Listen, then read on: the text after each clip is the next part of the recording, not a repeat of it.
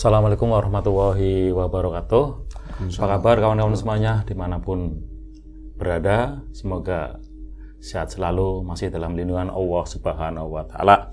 Jumpa lagi bersama kami di channel Ngobrol seputar horor. Masih bersama narator kita, Mas Ayung. Ya.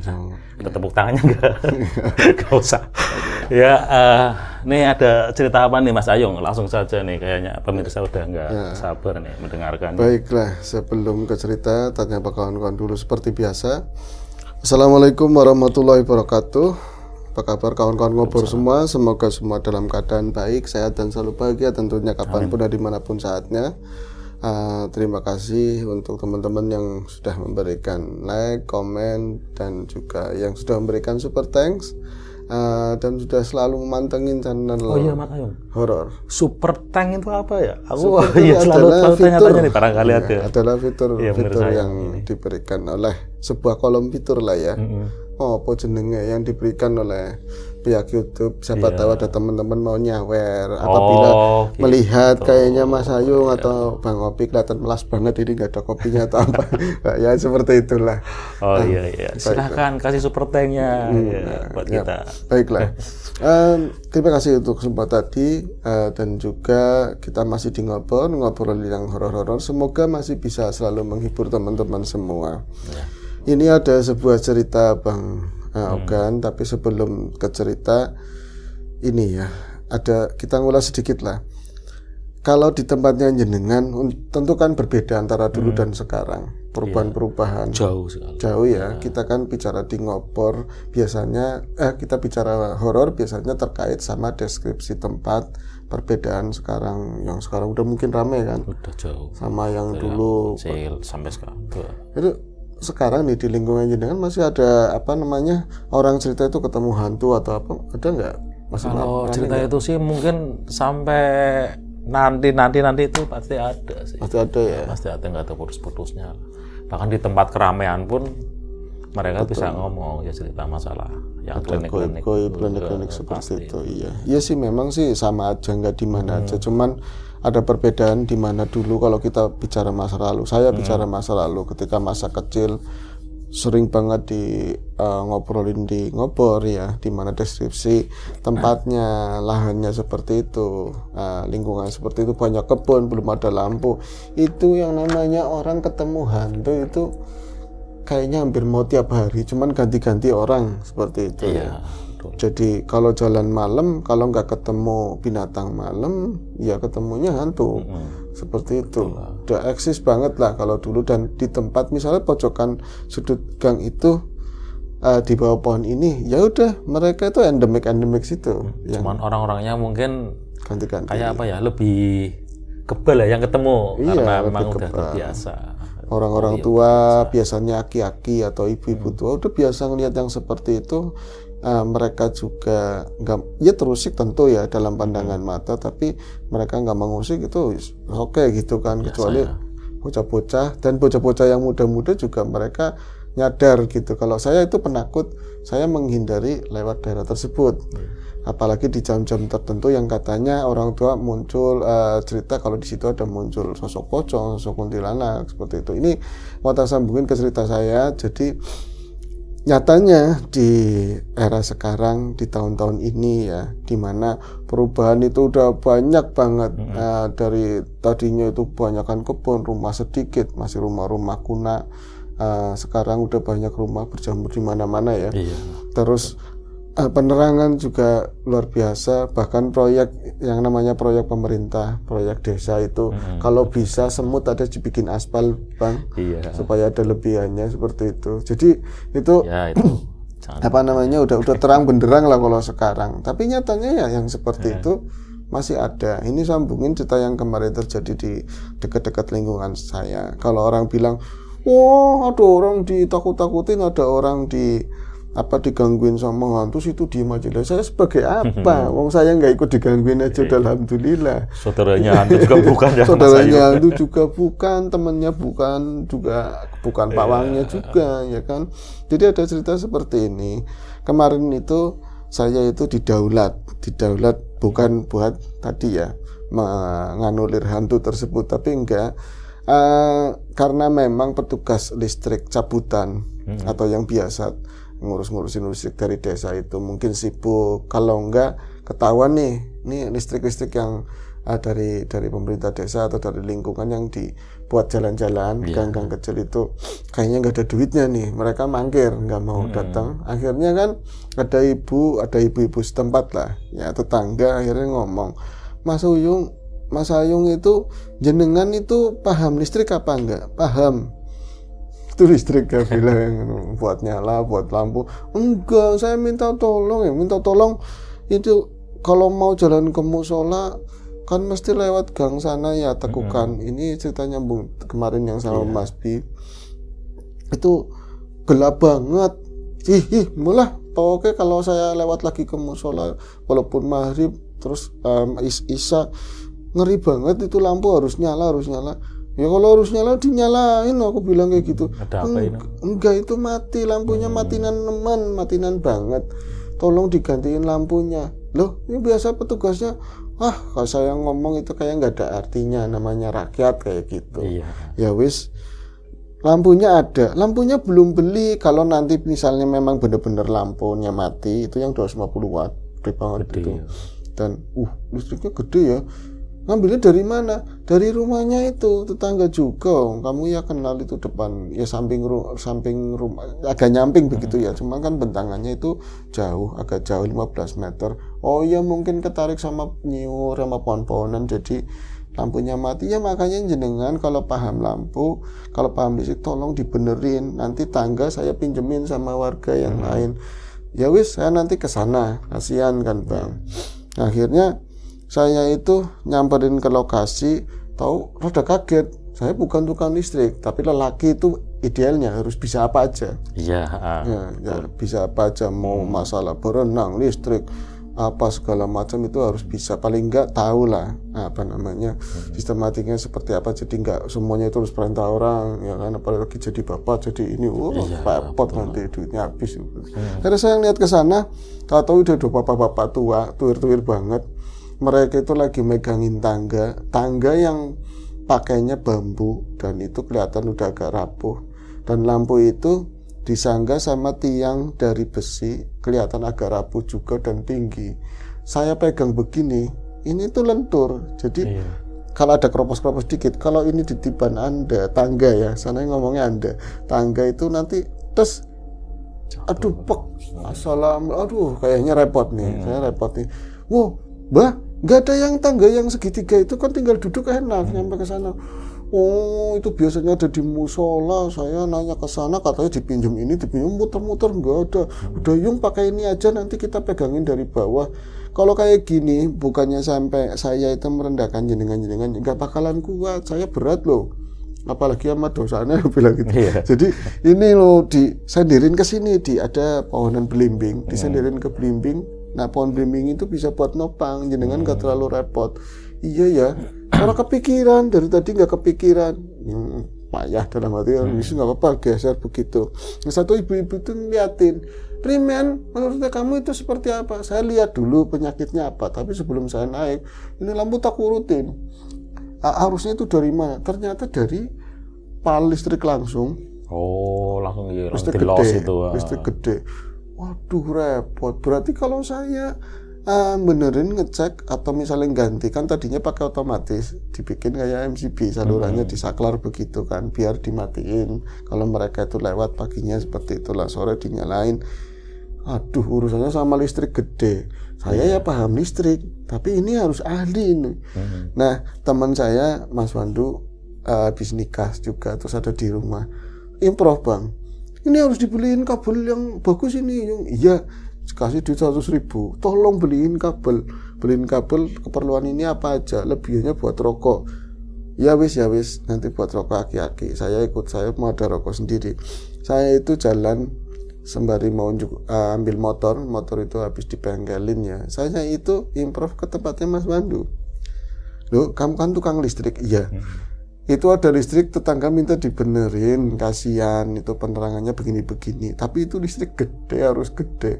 aman apa enggak? Aman kata. Aman-aman aja lu. Saya bilang kayak gitu kan. Iya aman. Itu yang penting kamu itu pegang tembaga kabelnya. Itu ada bajunya kan? Iya. Yang penting jangan tembaganya yang dipegang. Kalau itu mah aku udah ngerti. Ya udah kayak gitu doang. Ada improv bang ke sana dipegangin sedemikian rupa. Aku itu naik ke atas dan minggring bahasa Jawanya itu bener-bener ya agak ngeri, apalagi aku pernah jatuh berapa bulan yang lalu jatuh dari genteng kan.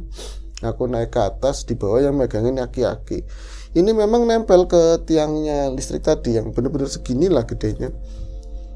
Saya itu aneh begini. Ini kebun sudut, di situ ada pohon kelapa cengkir yang di Mas Bi kemarin saya cerita. Pohon kelapa cengkir itu kelapa kuning gak gede-gede, dan situ konon sering orang dilihatin nampakin sosok kunti, sosok nyai-nyai orang tua perempuan lah ya bawa bakul dan lain-lain lah di situ. Saya itu praktis betulin lampu karena memang saya pikir nggak serumit itu ya, bukan harus gede, paling sebentar kayak lampu ditempelin di rumah itu kan, paling sebentar. Ternyata pas saya itu di situ kok ini urusannya berat agak lama, tapi wis tak bilangin ya saya harus tanggung jawab. Pas saya naik tadi kan ada bertiga, ibu-ibu badannya agak gede, terus aki-aki itu 3. Saya naik itu 3 orang bang. Saya itu naik 3 orang, yang di bawah itu 3 orang, bahkan satu itu megangin tadi kabel yang udah tak rekayasa sama si ini MCB-nya kan, yang buat saklar begitu. Kemudian saya naik, saya itu ntrek-trek begini ya, kok pendiur nggak jelas gitu loh, ini bisa patah ini. Yang bener Ki, pas saya lihat lagi, yang bener Ki ngeliat ke bawah, bisa ada orang lain. Saya bilang, saya pikir tetangga, yang itu tetangga, cuman dia nggak ikutan bareng sama kita di bawahnya tiang itu enggak. Yang satu kan ibu-ibu megangin juga ya. Dia itu sebelah sana, sebelah kiri ada 2 atau 3 meteran, itu ada pohon-pohon pisang, cuman itu kan lahan kosong, kayak apa sih, kebun-kebun nggak terawat. Jadi ini pelepahnya yang udah kering-kering itu juga banyak di kabel itu. Kabel itu nyampe nyiur begini loh, nyampe ngendelong bahasanya itu, manjang kan beban. Ini listrik saya juga nggak pakai tespen, nggak pakai apa, modal yang penting jangan dipegang tembaganya begitu. Akhirnya tang juga ada bajunya kan, aman gitu kan. Tapi ini siapa ya, ibu-ibu? Dari atas saya ngelihatnya itu ibu-ibu, tapi modelnya yang saya lihat dia itu nyai-nyai, udah tua. Saya sana tuh panggilnya nyai-nyai, udah tua. Pundaknya kelihatan di sini tuh kayak dia nggak pakai kerudung, cuman diuntel kayak dulu Majapahit itu loh yang kayak gitu. Terus kurus, terus ini keriput-keriputnya kelihatan. Dia pakai ini daleman yang kayak orang dulu yang ada sakunya, dan juga warnanya udah beladus belel banget lah seperti itu. Pakai jaritnya lusuh, ini agak nyincing, aja nyincing sebelah dan sedengkul lah seperti itu. Dia kayak semacam memperhatiin kita di situ, tapi dia juga nggak ngelihat ke arah atas. Kalau semua itu fokus ke atas, dibetulin yang di atas kan. Saya harus potong dulu, saya amanin, nanti saya sambung gitu. Ini sih siapa ya, nyainya itu sih siapa ya? Tapi saya juga nggak nanya, dan saya nggak ada kecurigaan kalau itu bukan manusia atau apa ya. Cuman di hawa kan kerasa, ini merindingnya beda, apanya beda. Saya bilang, ini pegangin yang bener, takutnya kelamaan, kesorean. Kalau ini lampu juga sebaiknya jangan pakai yang warna putih. Itu kan kayak LED putih gitu. Apa hubungannya, kalau putih kan terang? Enggak, kalau di jalan-jalan itu kan banyak kan pakai kuning, karena mereka kan lampu kabut ya, bisa tembus gitu kan. Lah sore siapa itu aja yang putih, ngeyel ibu-ibu tadi. Enggak, kalau dulu di sini kayak nggak ngerti aja sih. Aku bilang sampai sebenarnya ngeliatin, cuman si nyai-nyai tersebut, ibu-ibu itu, dia itu nggak bergeming, nggak ngapa-ngapain, tuh bener-bener di dekatnya dapuran pisang.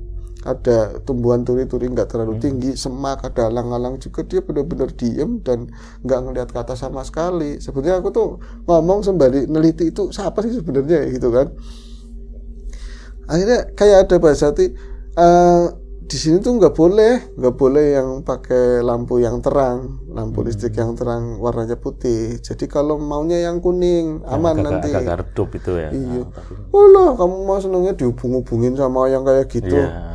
Orang sampean itu nyuruh saya pasang lampu, pasti ada hubungannya kayak gitu kan? Yung aku ngerti katanya begitu. Jadi ternyata bukan cuma butuh terangnya toh Bang, tapi mereka itu ada beberapa ibu-ibu dan bapak yang jalan ke musola itu sering digangguin. Ya sosok macam-macam nanti tak ceritain di belakang insya Allah ya. Terus saya akhirnya ngomong gini, maunya yang kuning karena yang kuning itu nyalanya sama kayak nyalanya api itu sama. Jadi kayak settingan zaman dulu, patroma kayak kuning, lampu badai ya kuning, terus gamblok ya warnanya juga kuning pendarannya. Jadi buat mereka itu nggak ke distract, saya bilang kayak gitu. Itu maaf ya kawan, ini bukan apa namanya real semestinya seperti itu ya kan. Ini hanya pendapat dan aku nyemplung begitu aja. Seakan-akan itu aku hanya guyon, tapi aku meyakinkan mereka yang di bawah, terutama ibu-ibu tadi. Kayak gitu. Iya ya, berarti kalau ini mati pakainya yang kuning aja, yang kuning. Aku bilang sambil itu kayak saya bilang ngomong yang kuning, ibu-ibu tadi, yang tua itu tadi ya, yang di taburan tadi pisang, seakan-akan dia itu mengiyakan gitu loh Bang. Kayak seakan mengiyakan, dia rada begini, rada nunduk begini sedikit, terus balik badan. Dan balik badannya di sana itu ada alang-alang, tumpukan bata lama. Saya itu dilalahnya tang lagi, tak pegangin begini sambil ngeliatin. Ada yang tak potong, harus konsentrasi. Saya ngeliat begini, saya ngeliat lagi udah nggak ada Bang. Hilang. Yang di bawah itu nggak ada, udah benar-benar nggak ada. Saya ngomong asal-asalan. Itu wedangnya cuma berempat, yang bikin wedangnya cuma 4, aku bilang gitu. Uangnya papat ya papat, enggak tadi ada tamu, aku bilang nggak dikasih wedang juga. Jangan mutin-mutin nih, jangan nakut-nakutin kayak gitu. Akhirnya saya turun, ternyata lampunya emang putus, nanti diganti ya wis nanti yang kuning ya bilang kayak gitu. Saya cerita tadi itu di atas saya ngeliat ada itu nyai ibu-ibu kayak mbahnya sampean dulu loh, modelnya kayak gitu, cuman makanya nggak ngeliat. Allah mutin ibu, saya ini lampu aja belum karuan, malam ini bisa nyala kan ya. Kenapa saya minta dibenerin lampu? Ngomong ke RT nggak ada tanggapan, nggak ada ini kan. Akhirnya ini dari dana pribadi. Karena apa? Kemarin malam saya juga digangguin, kayak gitu loh Bang. Waktu mau jalan sholat maghrib. Jadi mereka itu teratas ya, bukan lewat jalan gede ke musola, lewatnya itu jalan paving kecil, ada belokan letter L, itu semua kiri kanan kebun, cuma dipagar sama pagar bambu yang udah kropek-kropek lah, udah lama. Sebelumnya diceritain Mas Bi juga ada yang lewat situ kan. Nah ini karena paving itu hampir nggak pernah lah diambah bahasa di sini tuh dilewatin sama kendaraan bermotor atau sepeda. Jadi paving itu kemarin sempat musim hujan agak lama, dia berlumut. Dia berlumut semua, itu licin lah, bawa motor itu licin. Ibu-ibu itu karena jalur paling dekat ke musola ya lewatnya situ, ngandelin penerangan lampu. Itu kemarin sebut saja Bu Sinah tadi ya. Saya itu kan pakai mukena, sekalian, tapi bawahannya kan saya cincing. Saya pakai jarit juga. Nanti saya udah wudhu paling cuci kaki lagi, nanti tinggal maghriban begitu ya. Di depan saya, aku nggak ngeliat karena ketutupan pohon-pohonan kan banyak sama pagar. Ya ini di pojokan, saya itu di depan nggak ada orang. Udah pada jalan semua. Ya wis syukur. Untung saya nggak mampir ke tangga saya. Pas udah saya sampai pojokan tadi, saya ngeliat berapa meter di depan saya. Berapa meter loh Yung? Berapa meter kan berarti 1-2 langkah. Kok ada orang jalan di depan saya? Pakainya ya yang saya lihat itu ya mukena. Gitu, ya. Mukena juga kayak ibu-ibu yang biasa diajak bareng. Misalnya Nyai Ripa, Biripa lah seperti itu. Loh kok dia nggak nungguin ya?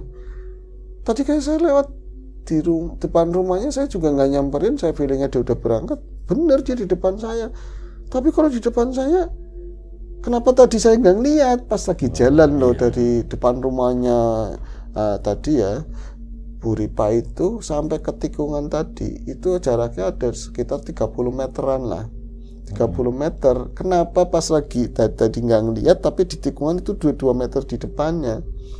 Itu kan janggal banget. Jalannya ya langkahnya sama kayak saya segitu cepet-cepetnya. Nah ini dari tinggi-tinggi badannya segitu, pokoknya mukena cuman kok agak aneh begini. Kalau Ibu Ripa itu mukenanya ada yang baru tapi dia suka yang lama, agak bladus gitu ya, warnanya agak bladus.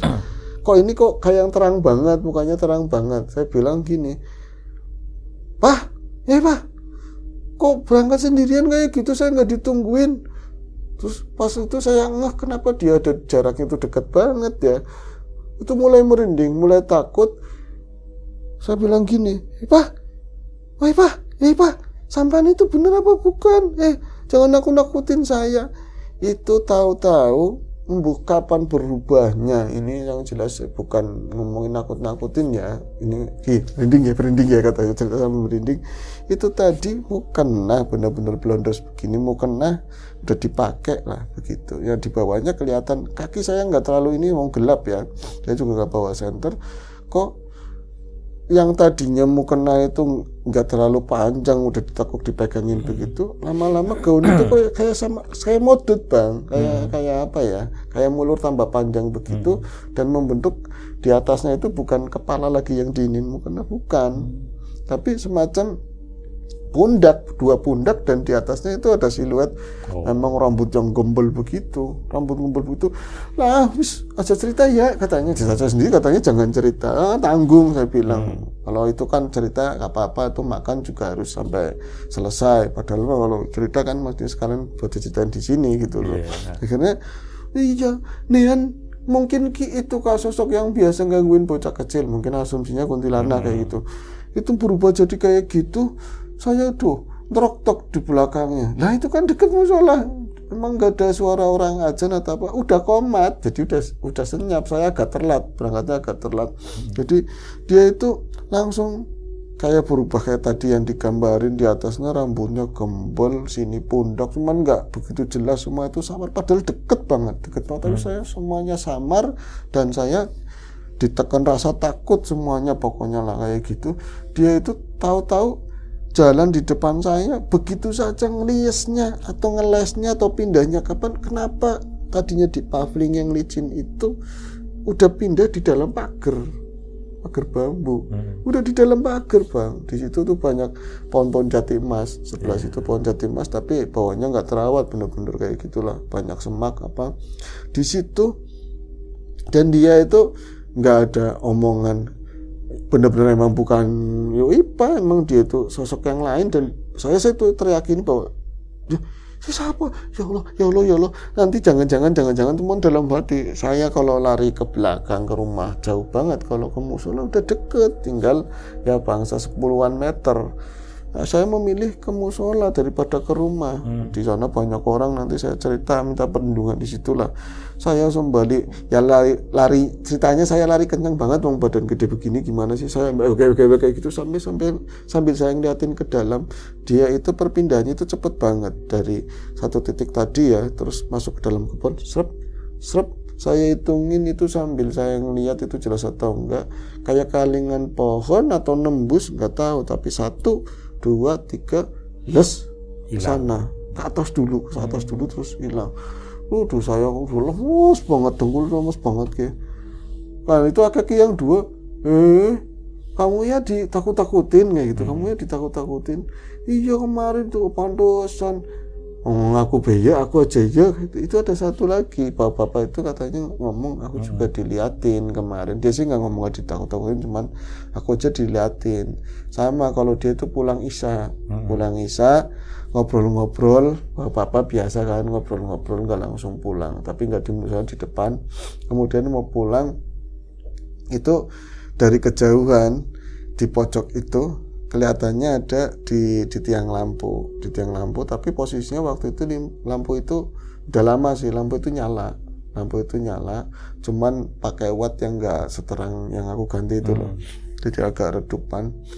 Itu ada orang, dipikir itu tetangga mau nungguin tadi, sebut saja namanya Ki Slamet ya. Ki Slamet itu kayak ditungguin perengasannya, ngertinya saya ditungguin, entah itu mantu saya itu mau nyusulin saya ke musola karena ada tamu. Saya kan gaweannya kan macul di sawah, nanti ada kerjaan lah gitu atau apa buruh pacul itu. Yang artinya saya pulangnya kelamaan dari musola, saya mau disusulin.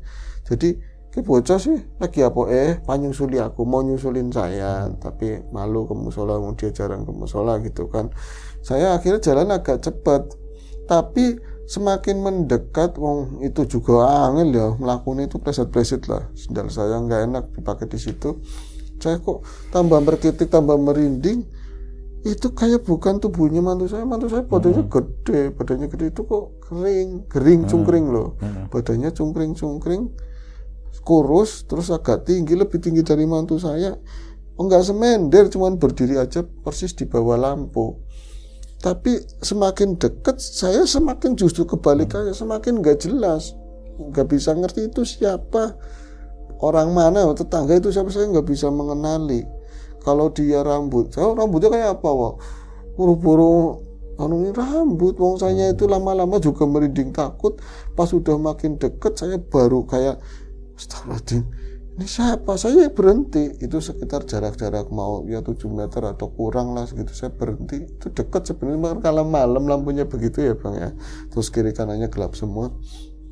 Saya berhenti ngeleg-leg, saya perhatiin itu sih siapa, dia itu ternyata nggak ngadep ke arah saya, cuman membelakangi, terus dia itu pakai baju putih, bukan baju orangnya, saya bilang itu lebih kayak spray putih, terus diikat beginilah kayak gitu, jubah nih kan, saya bilang kayak jubah, ya kayak jubah lah, gombrong-gombrong, bajunya kayak gombrong. Tahu-tahu udah saya sih ngendi, palanya yang sebelah mana, ini udah mulai janggal karena apa? Kayak kelihatannya cuma jubah tok kayak gitu loh, baju jubah tok, itu atasannya nggak ada, apa dikelidongin begitu. Ini siapa sih sebenarnya? Saya mulai astagfirullahaladzim, ini siapa? Masa iya sih zaman udah kayak gini, ada kayak gitu di tempat terang begitu kan? Lama-lama sosok itu yang dipikir mantunya, ternyata dia udah mulai teriak, ini mesti bukan, ini saya digangguin atau gimana. Sosok itu pindah dan jalannya kayak geser doang itu masuk ke arah kebun ya, beberapa meter itu ada pohon tadi cengkir atau kelapa yang gading itu, pendek kelapanya, itu geser ke situ sedikit. Lama-lama, nah pada saat dia geser, akunya penasaran tapi ya wedi, takut tapi penasaran, saya makin melangkah, kayak ucul-ucul, dia itu kayak bajunya itu kayak terlepas dari orang yang pakai begitu, kayak dilepas begini, bener-bener lambat saya ngeliat itu, kayak ada, tapi tangannya juga nggak kelihatan, cuman kayak spray, saya bilang kayak spray itu makin turun, brek, itu jatuh ke tanah, brek, kayak ngelundung gitu, tapi nggak ada orang, bener-bener nggak ada orang, kayak ngelembrek begitu aja, gitu ya. Kayak kain ngelembrek. Saya, astagfirullahaladzim, siapa ya? Saya itu mau balik ke musola, ya izin, masa mau cerita sama yang muda-muda, saya ngeliat kayak gitu ketakutan, saya mendingan saya samperin ke sana, Bang, saya emang harus lewat ke situ. Saya tuh, siapa ya? Oh, belis, bilang gitu. Saya ngerasa sendiri, padahal sebenarnya takut. Itu ngeliatnya langsung ke kebun luas ke sana. Siapa tahu saya mendapatkan ada sosok apa atau apa. Dari saya yang pernah lihat di sini dulu sering ada kunti, sering ada ikat lima begitu ya. Tapi tadi itu sosok aneh. Saya itu ngeliatnya ke arah kebun, ke bambu-bambu ke apa. Tapi pas saya ngeliat ke bawah, kainnya sih, kainnya itu nggak ada, Bang, tahu-tahu. Jadi yang dia lihat itu ada kayak banner.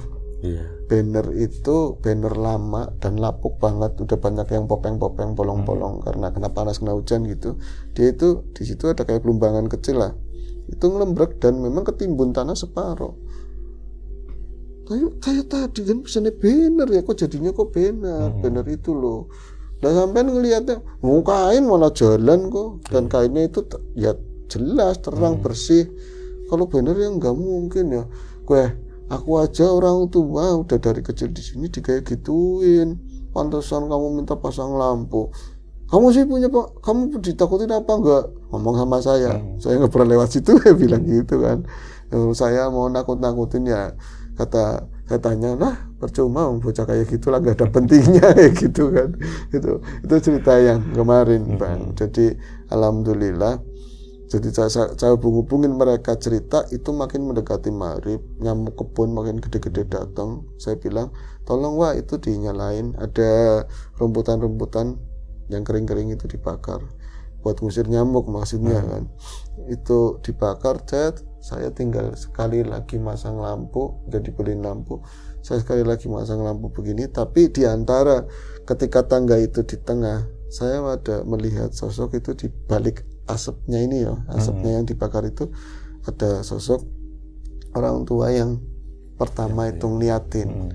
Tapi dia lagi-lagi posisi saya lebih tinggi, dia nunduk enggak ngeliat ke arah saya atau ke arah kami, tapi enggak ngeliat ke atas. Dan teman-temannya tadi, warga yang di bawah itu enggak menyadari kehadirannya kayak gitu loh.